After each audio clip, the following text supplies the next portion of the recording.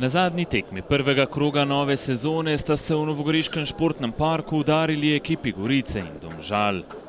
Goričani, ki še čakajo okrepitve s Parme, so imeli prvo priložnost na srečanju, ko je takole z roba kazenskega prostora poizkušal Arčun.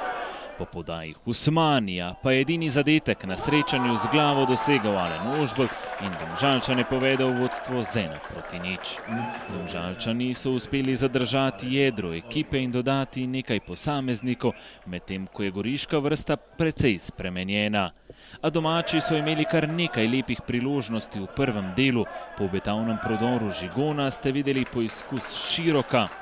Nato pa je zaradi poškodbe hrbta Johnson zapustil igro, namesto njega je na igrišče stopil Kolenc. Sledil je še odličen prodor Majcna na goriški strani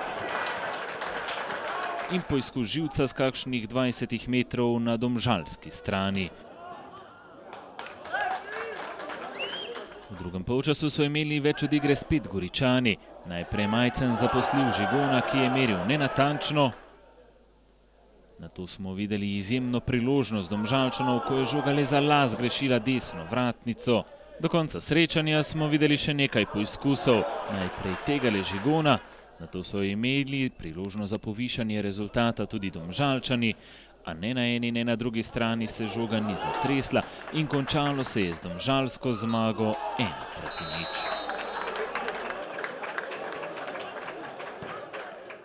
Načela glavnega trenerja so bila, da na Sardini ne izgubljamo žog in da tekmo začnemo zelo potrpežljivo in ostro na nasprotnika. To se nam je v začetku tekmo zelo prestovalo in nagradilo nas je zadetek. Ja, občutki so izjemni, res na taki tekmi za 1:0 za zmago. Igralci so mi pomagali. Lepo je zadeti na taki tekmi. Ja, več na treningu vadimo, na tej tekmi so igralci zelo zgoščeni. In veliko smo na treningu delali predložkov in to se nam je prestovalo. Menim, da smo bili boljši nasprotnik, držali smo posest, imeli več priložnosti, spet je zatajilo podobno kot na Norveškem realizacija. Zelo smo razočarani, ampak je šele začetek s prvenstvom in moramo iti z glavo naprej. Po zadetku smo padli, nekoliko nas je tudi presekal, ker smo bili boljši nasprotnik, potem pa smo bili večino srečanja mi boljši nasprotnik.